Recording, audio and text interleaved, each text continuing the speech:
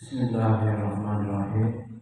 Assalamualaikum warahmatullahi wabarakatuh. Alhamdulillahilladzi hadana li hadza wa ma kunna linahtadiya laula an hadana Allah. Asyhadu an la ilaha illallah wahdahu la syarika lah. Asyhadu anna Muhammadan abduhu wa rasuluh. Allah Ta'ala berdoa billahi minasyaitonir rajim. Bismillahirrahmanirrahim. Ya ayyuhalladzina amanu taqullaha haqqa tuqatih wa la tamutunna illa wa antum muslimun. Qailan ya nasu taqu rabbakumul ladzi khalaqakum min nafsin wahidah. خلق منها زوجها وبث منهما رجالا كثيرا ونساء واتقوا الله الذي تساءلون به والأرحام إن الله كان عليكم رقيبا. Rasulullah sallallahu alaihi wasallam Rabbul ilmi faridatun ala kulli muslim. Puji dan syukur senantiasa marilah kita panjatkan kehadirat Allah Subhanahu wa Ta'ala. Segala curahan nikmat dan karunia-Nya, alhamdulillah pada malam hari ini kita dapat kembali bermajlis ilmu untuk mengkaji kitab Ta'limul Muta'allim yang sebelum Lebaran ya, sudah Ramadan lalu kita kaji, ini kembali kita lanjutkan.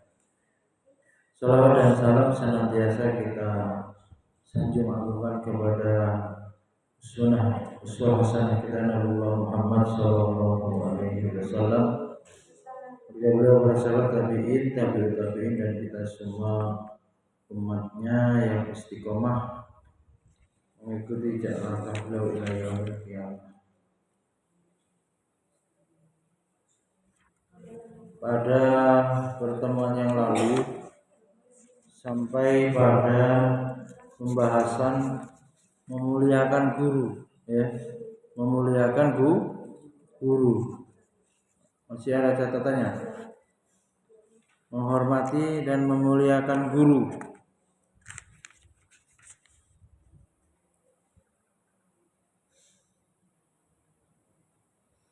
Termasuk ya di sini yang harus dicari betul-betul oleh santri ya, menuntut ilmu adalah itu guru.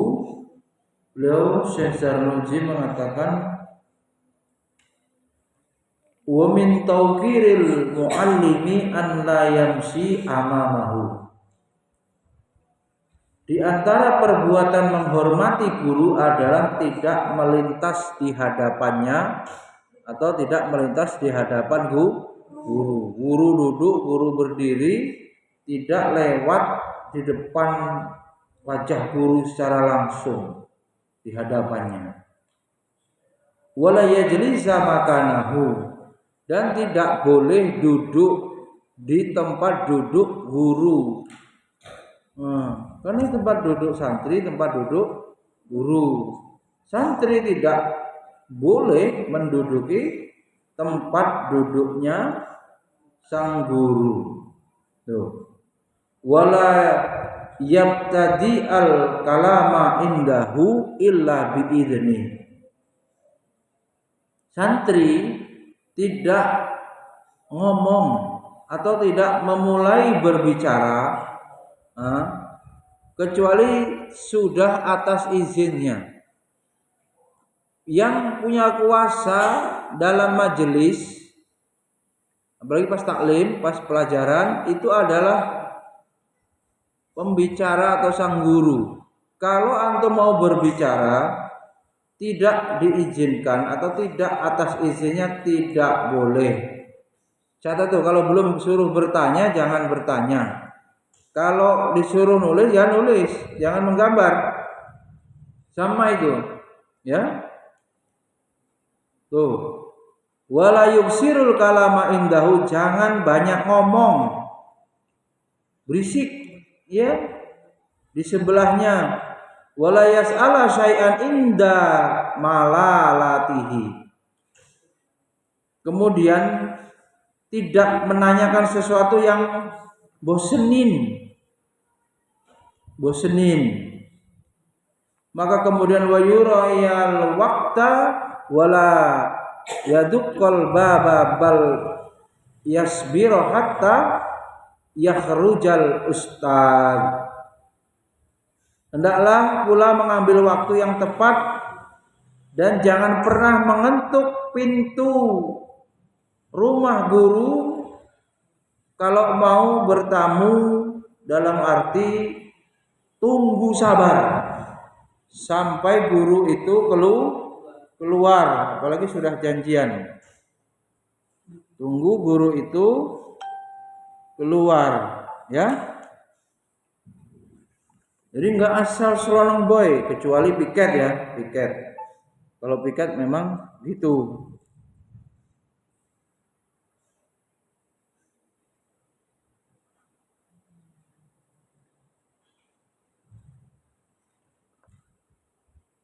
Kemudian beliau Syazarnus melanjutkan, fal hasilu annahu yadlubu ridahu wa yastanibu sakhatahu wa yamtasilu amrahu fi ghairi maksiatillah. Pada pokoknya adalah mencari ridho guru. Pada pokoknya apa? Pada pokok yang utama adalah mencari keridhaan guru, menghindarkan murkanya. Dan sampai guru itu murka. Dan wayam tasilul amrahu fi ghairi maksiatillah, menjunjung tinggi perintah guru selama perintah guru tidak maksiatillah, selama perintah guru tidak bermaksiat kepada Allah. Tuh. Coba diperhatikan. Pada pokoknya kata beliau Syekh Zarnus adalah mencari ridhonya guru, menghindarkan murkanya dan menjunjung tinggi perintahnya selama tidak melanggar ajaran agama atau maksiat. Fa innahu la ta'ata lil makhluk fi maksiatillah fi maksiatil khaliq.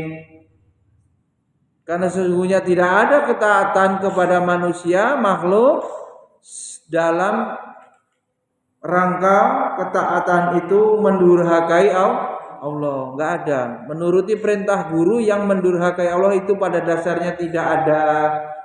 Maka kalau perintah guru itu ya perintah yang benar, wajib dijunjung tinggi. Di awal-awal Nabi sampaikan, banyak orang menuntut ilmu tetapi gagal atau tidak berhasil. Sekedar nilainya, pengetahuannya saja serap tidak berhasil. Apalagi ilmu itu diharapkan masuk ke dalam hati, menjadi iman dan kemudian menjadi amal, sekaligus bermanfaat untuk didakwahkan. Berat. Sekedar kognitif, sekedar pengetahuan. Ditanya apa hukumnya merokok, tahu.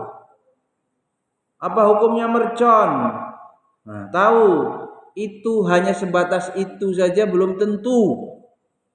Nah, apa hukumnya adu domba, menipu, campur baur laki perempuan, berkholwat, itu saja belum tentu bisa menjawab. Apalagi dilanjutkan kepada iman, ke dalam hati dilanjutkan amal perbuatan, belum tentu. Apalagi diharapkan nafi, ilmunya menjadi ilmu yang barokah. Sungguh berat, sungguh sangat berat. Oleh karena itu para santri, beliau menulis kitab ini Syekh Zarnus betul-betul ya manfaat bagi kita untuk mempelajarinya supaya tidak gagal dalam belajar. Maka pada asalnya apalagi anak Zaid ini bapaknya juga gurunya aja, Pak. Padanya terletak apa serap? Adab double, adab sebagai guru, adab sebagai orang tua, menyatu. Kemudian beliau melanjutkan kama qala Nabi sallallahu alaihi wasallam inna syarran nas man yudhibu dinahu lidunya bimaksiatil khaliq.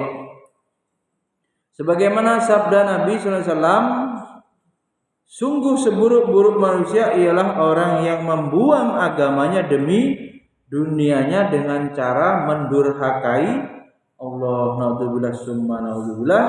Beliau lanjutkan wa min tauqirihi tauqiru auladihi wa man yata'allaqu bihi. Ya, perhatikan nih. Ya. Termasuk tulis, Bro. Cara menghormati guru, ustadz, kiai, ulama adalah menghormati anak-anaknya, keluarga beliau. Bagaimana surat? Termasuk menghormati guru adalah menghormati anak-anak guru. Tulisin. Apa sih? Termasuk cara menghormati guru apa? Tuh, ada gurumu siapa itu yang sudah punya anak? Bisa Samsul. Punya anak siapa? Arfan. Dijailin, nangis. Lutfi. Punya guru siapa? Bimam. Punya anak Kamil. Dijailin, nangis. Rizki. Ini sama. Beli Kafah. Punya anak Kafah. Dijailin, nangis. Gimana itu? Semua. Ini parah berarti ya. Harus dihormati anak guru itu, malah kebalikannya di ledek-ledekin jadi nangis, dibuli-buli jadi nangis. Ya santri, itulah yang membuat ilmu antum susah masuk fis sudur. Apa Ban? Masuk ke dalam dada, susah. Ilmu itu masuk ke dalam dada, iman maknanya menjadi iman. Karena apa? Masih banyak santri-santri ini yang adab ya terhadap guru dan keluarga guru ini masih rendah atau masih su'ul adab ya, adab yang buruk. Makanya disampaikan ini supaya antum belajarnya itu berhasil. Dengan guru-guru yang lain pelajaran-pelajaran banyak. Sampai 30 ya. Semuanya ilmu. Tapi jangan lupa supaya metode ya belajarnya berhasil, metodenya tepat, dan termasuk yang membuat gagal itu diketahui kenapa belajarnya tidak berhasil. Gimana Bu? Kenapa belajarnya gagal? Kemudian beliau lanjutkan wa kana ustadzuna Syekhul Islam Burhanuddin Sahibul Hidayah rahmatullahi alaihi haka anna wahidan min akabiri a'immati Bukhara kana yajlisu majlisad dars wa kana yaqumu fi hilali dars ahyanan fasalu anhu faqala inna bana ustadi yal'abu ma'as sibyani fisikati wa yaji'u ahyanan ila babil masjid fa idza ra'aituhu aqumu lahu ta'ziman li ustadi. Adalah guru kami Syekhul Islam Burhanuddin Sahibul Hidayah radhiyallahu anhu. Beliau bercerita bahwa seorang ulama besar Bukhara sedang duduk di majelis pengajian. Kisahkannya begitu. Seorang ulama besar dari Bukhara duduk di taklim. Di tengah taklim itu terkadang beliau berdiri. Kenapa? Ini di taklim nih, duduk nih. Syekh itu sekali-kali berdiri gitu, berdiri melihat ke depan guru berarti belakang dari jamaah. Lalu orang-orang menanyakan, wahai guru, mengapa demikian? Gitu. Sebetulnya jawabannya adalah putra guruku lagi bermain bersama anak-anak di halaman. Dan terkadang ia mendekat ke pintu masjid, maka setiap kali melihatnya aku pun berdiri demi menghormati guruku. Ya, guru ngajar begini, di sana anaknya rupanya kadang-kadang mau masuk gitu di pintu kelihatan main anaknya. Pas kelihatan begitu, gurunya Syekh itu berdiri menyapa menghormati anaknya gurunya itu. Berdirinya itu demi untuk menyenangkan dan menghormati ya anak dari gurunya. Seperti itu. Jauh sekali ya kalau anak guru malah disilin gitu, dibuat nangis, ya. Nggak boleh ya. Itu membuat ilmu hilang nanti, ya. Seperti itu. Ya, ukurannya ya serap. Berat betul ya. Berat betul serap ya. Kenapa begitu? Karena menghormati ilmu ada pada guru. Kebawa pula anak guru ikut juga dihormati. Nah, itu adab santri kepada guru. Kemudian wal qadi al-Imam Fakhruddin Arsabandiyu kana raisal a'immati fi Marwa.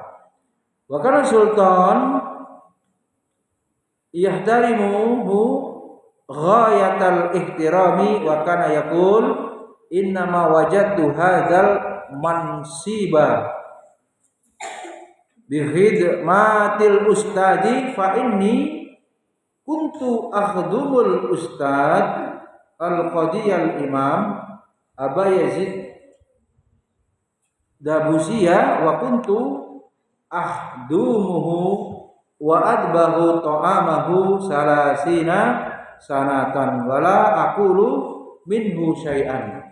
Perhatikan. Oke.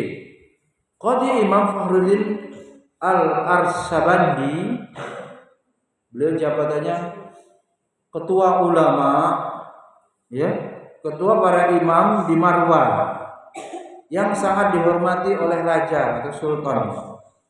Beliau pernah berkata, perhatikan, saya memperoleh kedudukanku ini karena pengabdian kepada guru. Ketua ulama di negeri yang namanya Marwah tadi dapat posisi jabatan ketua. Kenapa? Sebab beliau menghormati guru. Ya, khidmah kepada guru. Mengabdi kepada guruku, kata beliau, Qadi Imam Abu Yazid Ad-Dabusi namanya. Jadi Abu Yazid Ad-Dabusi ini gurunya ulama tadi yang menjadi ketua para imam Marwah tadi. Apa rahasianya tadi, Pan? Pan, bagaimana bisa menjadi ketua dari imam dan ulama di Marwah? Karena beliau berkhidmah, mengabdi kepada guru beliau yang bernama Al-Qadi Imam Abu Yazid Ad-Dabusi. Berkhidmah dan bentuknya apa? Memasakkan makanan. Masakin untuk guru. Kalau masak itu orang-orang umum mampu kan, bisa kan, mudah kan, tapi menjelaskan ilmu agama, halal haram, hukum-hukum syariah, adab akhlak, berat. Tidak semua orang bisa. Tersebab itu kemudian berkhidmah memasakkan makanan kepada guru ini, ya, beliau lakukan selama 30 tahun. Sanggupkah antum? 30 tahun masakin gurunya. Gurunya jelas setiap hari beliau mengajarkan, menerangi umat, memberantas kebodohan, berdakwah full. Sehingga wajar kalau kemudian beliau dibantu kebutuhan hajat manusiawi. Hajat manusia perlu makan, dimasakkan oleh muridnya ini. Nah, muridnya itu setelah 30 tahun serap memasakkan gurunya, kemudian menjadi ulama, bahkan menjadi ketuanya para imam di kota yang bernama Marwah. Sebabnya dulu waktu mondok, waktu menuntut ilmu, berkhidmah kepada guru. Berapa lama tadi? 30 tahun masakin. Gimana? Berat ya? Berat. Antum pernah begitu? Dipaksa nyapu. Sama aja antum seperti tinggal di rumah ya, Bi. Rumahmu segede kamarmu? Enggak lah. Lebih gede jelas. Enggak mungkin hanya sekamar. Nyapunya kan asrama, kelas atau kantor, secuil. Jangan rumah Lupi sebesar pondok. Wah, nyapunya kan sama, Bro. Sementara di pondok dibagi orang berapa? 12, ya kan? Berarti masih belum seberapa. Kalau itu khidmah, mau dianggap khidmah, ya belum berat. Dan itu cuman selama mondok. Ini 30 tahun. Ya Allah. Kemudian beliau melanjutkan wa kana Syekh al-Imam Ajallus Syamsul A'immatil Khulwaniyul rahmatullahi alaihi qad kharaja min Bukhara wa sakana fi ba'dil qura ayyaman li hadisatin wa qa'atu lahu wa qad zarahu tilmiduhu ghairu Syekh al-Imam Qadi Abi Bakrin bin Muhammad Zarataji rahimahullahu ta'ala faqala lahu hina laqiyahu limadha lam tazurni qala kuntu mazhulan bi khidmatil walidati qala turzaqul umra wala turzaqul rauna qaddars. Catat, adalah Syekh Imam yang mulia, adalah Syekh Imam yang mulia. Kenapa sih, Rik? Tulis sendiri, Rik. Kenapa kamu? Yang nggak punya pen siapa?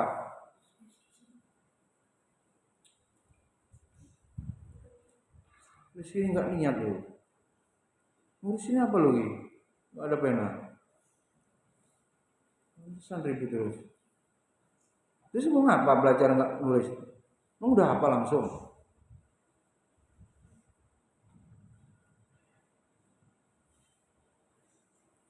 Syekh Imam yang mulia Syamsul A'immah Al-Hulwani radhiyallahu anhu, namanya panjang begitu. Syekh Imam yang mulia Syamsul A'immah Al-Hulwani radhiyallahu anhu, karena suatu peristiwa beliau keluar dari Bukhara untuk menempati di perkampungan. Syekh namanya Imam yang mulia Syamsul A'immah Al-Hulwani radhiyallahu anhu.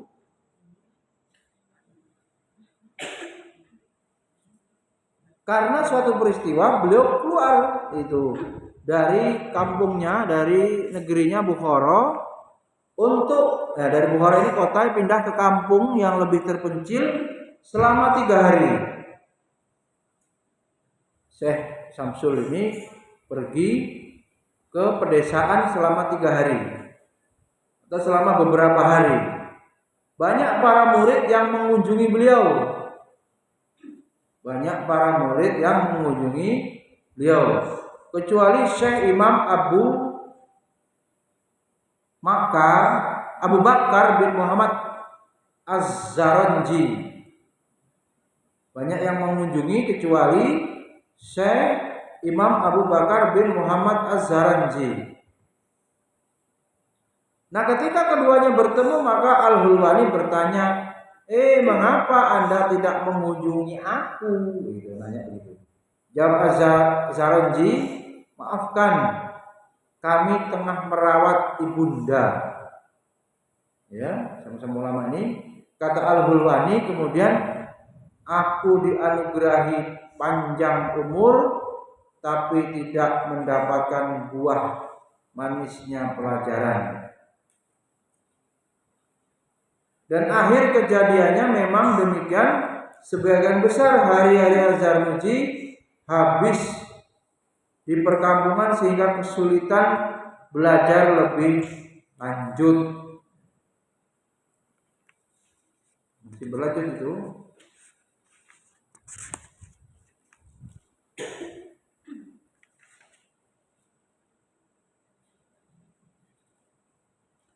Jadi apa itu? Karena nggak mau datengin guru, ya kan? Akhirnya dia apa? Nggak bisa belajar, sibuk terus sampai umurnya habis, dia nggak merasakan senang manisnya belajar. Belajar itu nikmat ya Taro. Nggak pernah dia dapat begitu. Karena apa? Pernah gurunya datang, dia nggak mau nemui. Pas gurunya, misalnya nih gurunya dari mana? Dari Bandar Lampung nih. Main kemana? Nah Taro nih ke kemana? Ke rumahmu Ro di Trikora ya kan, Lampung Selatan Ki. Kan di kampung tuh. Gurunya ke sana, dicuekin, taruhnya nggak mau apa?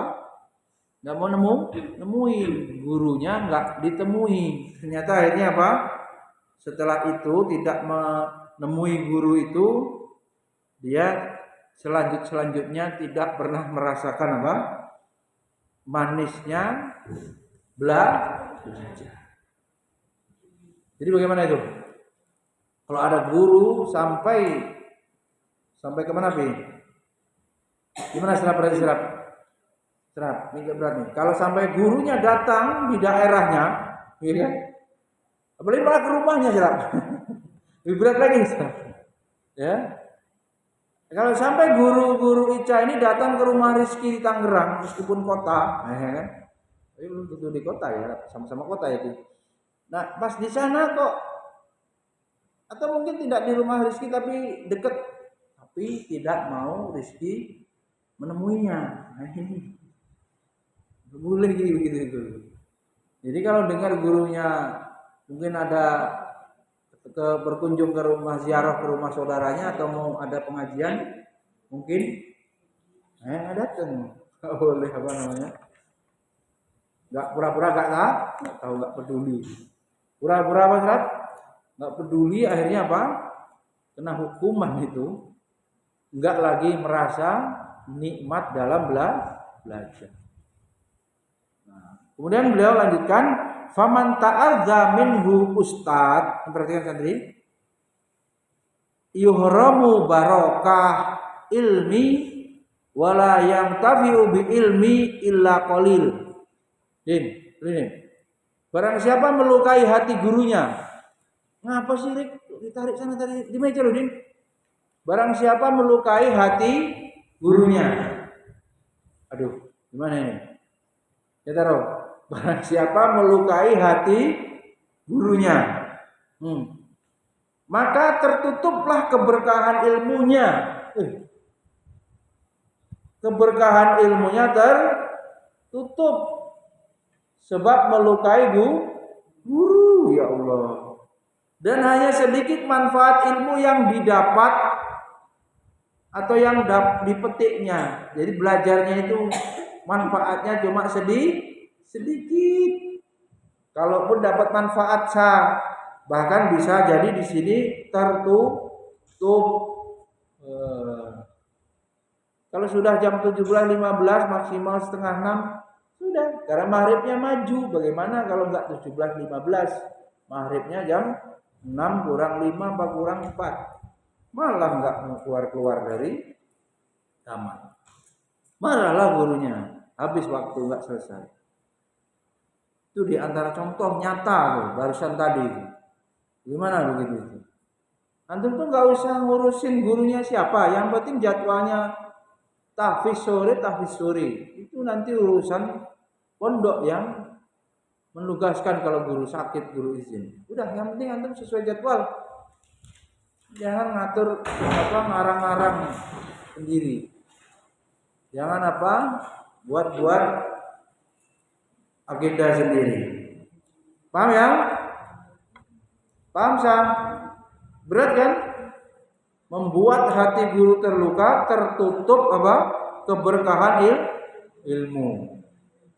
Kemudian beliau lanjutkan kila syair.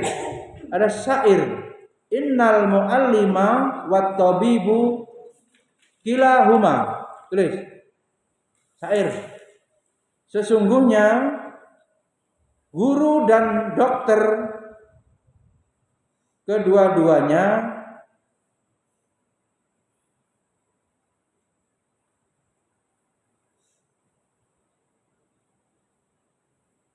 layan sohani idahuma lam yukrama. Sesungguhnya guru dan dokter kedua-duanya tidak bakalan mendiagnosa, mengecek ya, jika tidak dihormati. Guru mengecek apa? Dokter mengecek penyakit. Guru mengecek santri, ngecek apanya? Kejahilannya. Ya, apa yang belum tahu? Apa dari pelajaran yang belum dipahami? Itu ibaratnya penyakitnya kebodohan dalam masalah apa? Kan pelajaran banyak nih.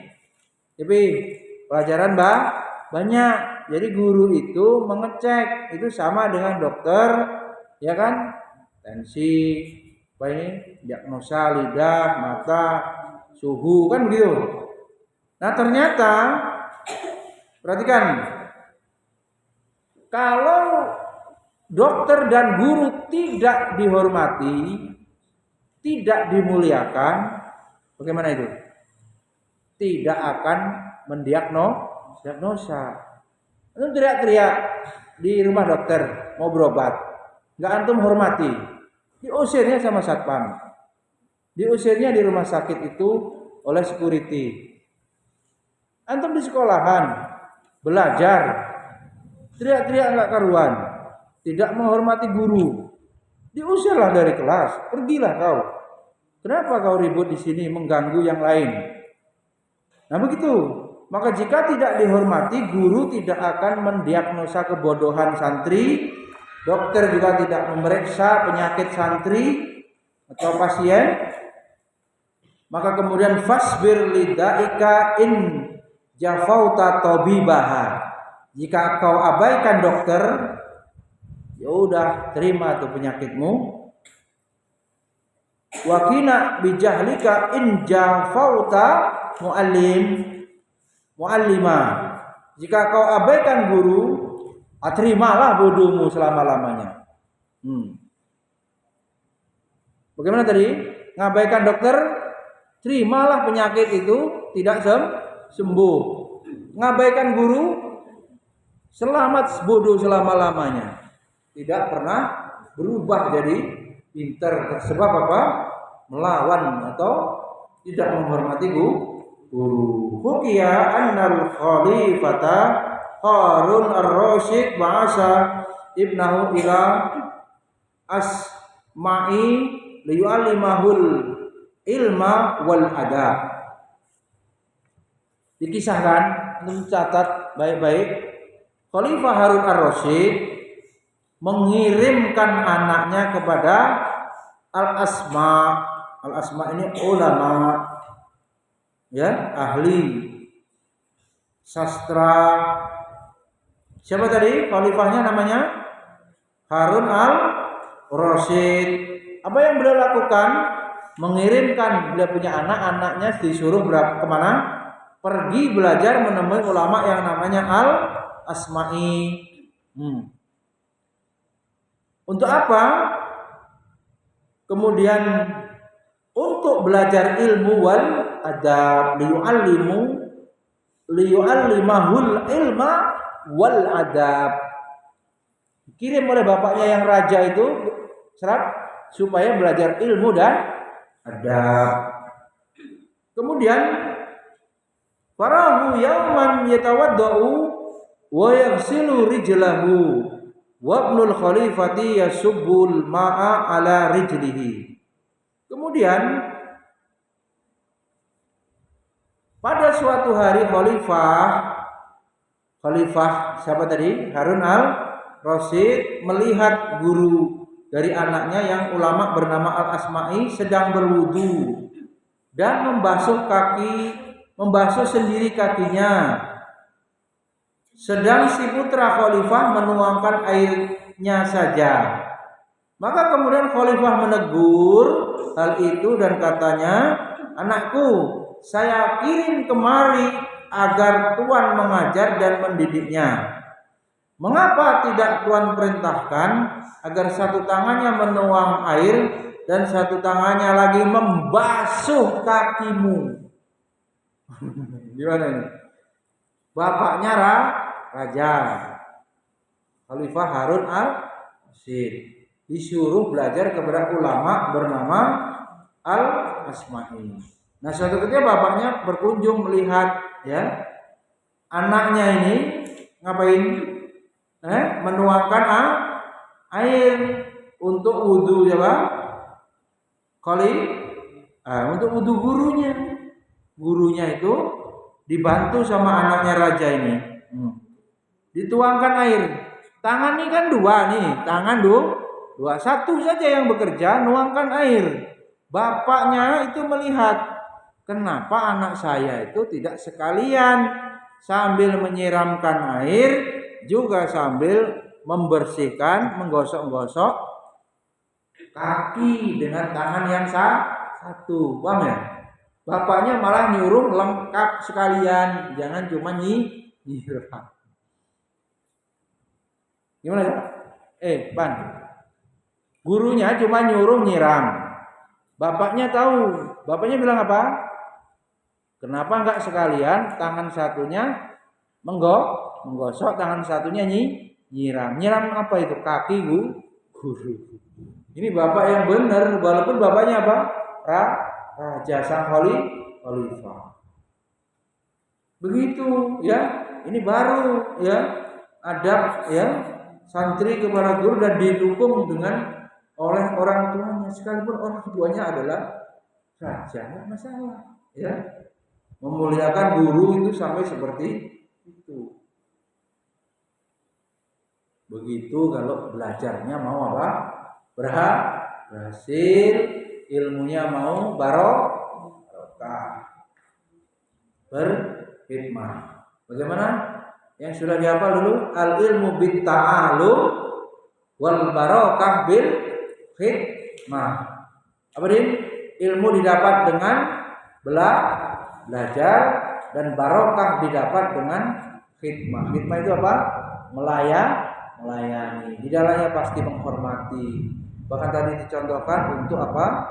Melayani keluarga guru, anaknya, ya, istrinya guru, ya. Bahkan waktu yang lalu sudah kita bahas membantu mengerawat apa kendaraan guru. Zaman dulu kuda, zaman sekarang mobil, motor, seperti itu. Kemudian berikutnya para santri supaya belajarnya berhasil, dalam kitab Ta'lim Muta'alim kemudian dibahas masalah memuliakan kitab. Nih, antum ini paling sering naruh kitab bahkan Quran sembarangan. Terendahkanlah ilmu karena ilmu ada di dalam kitabnya direndahkan. Belum membuat pembahasan memuliakan kitab. Berarti apa? Ya Zaid, santri harus hati-hati menaruh buku. Walaupun buku tulis. Kalau buku tulismu sudah ada tulisan ayat-ayat Al-Quran, hadis-hadis Nabi, nah itu hati-hati naruhnya. Beliau sampaikan wa min ta'zimil ilmi ta'zimul kitab. Salah satu wujud penghormatan terhadap ilmu itu dengan menghormati kitab itu buku, begitu. Fayambaghi li talibil ilmi an la ya'khudal kitaba illa bitoharo. Bahkan beliau ini caranya ya memuliakan kitab itu dianjurkan bagi para penuntut ilmu li talibil ilmi ayyakhudal kitaba illa bitoharo, tidak mengambil memegang kitab kecuali dalam keadaan suci, apalagi Al-Qur'an. Maka antum lazimi loh ya, selalu dalam keadaan suci. Apabila batal langsung berwudu kembali, ya kan? Langsung berwudu kembali. Paham ya? Berat nih.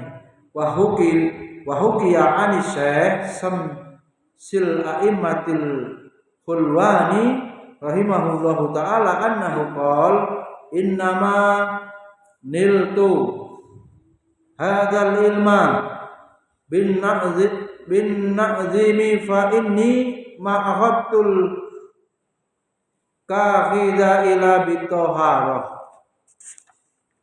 Hikayat bahwa Syekh Samsul A'immah Al-Hulwani pernah berkata, sesungguhnya saya berhasil mendapat ilmu ini adalah dengan cara penghormatan. Karena saya tidak pernah menyentuh kitab, buku, ya, kitab-kitab itu tanpa dalam keadaan suci. Jadi nggak pernah batal tuh megang kitab. Menghormati kitab itu membuat sang ulama itu atau santri yang belajar itu menjadi mudah atau berhasil dalam belajar. Maka kalau kita langsung taruh sembarangan, diinjek-injek anak-anak, dinaikin kucing di mana? Buat tidur sama kucing sembarangan. Sudah ada lemarinya, sudah ada tempat perpustakaan buku. Berserak-serak, ditinggal di halaman, ditinggal di pagar-pagar. Bagaimana tuh? Di jendela-jendela ini masjid, di mimbar-mimbar, atau juga bacaan zikir. Itu kitab zikir. Berserak-serak. Kitab hadis arba'in, berserak-serak pula. Buku doanya lebih berserak-serak pula. Waduh, kabur. Ya, karena itu para santri dirubah. Ya, dirubah. Sikapnya kepada kitab tidak boleh sembarangan. Harus menghormati, ya.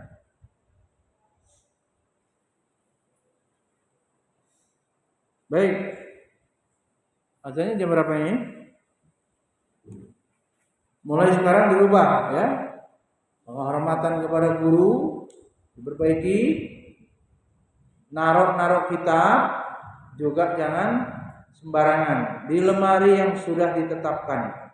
Di perpus masih mending lah, umpamanya naruh buku pribadi di perpus asal terawat nggak hilang ya masih mending. Jangan ditaruh di sembarangan tempat. Dengan demikian ilmu akan bisa kita peroleh dan ilmunya bisa barokah. Baik, mudah-mudahan bermanfaat. Subhanakallahumma wa bihamdika asyhadu an la ilaha illa anta astaghfiruka wa atubu ilaik. Assalamualaikum warahmatullahi wabarakatuh.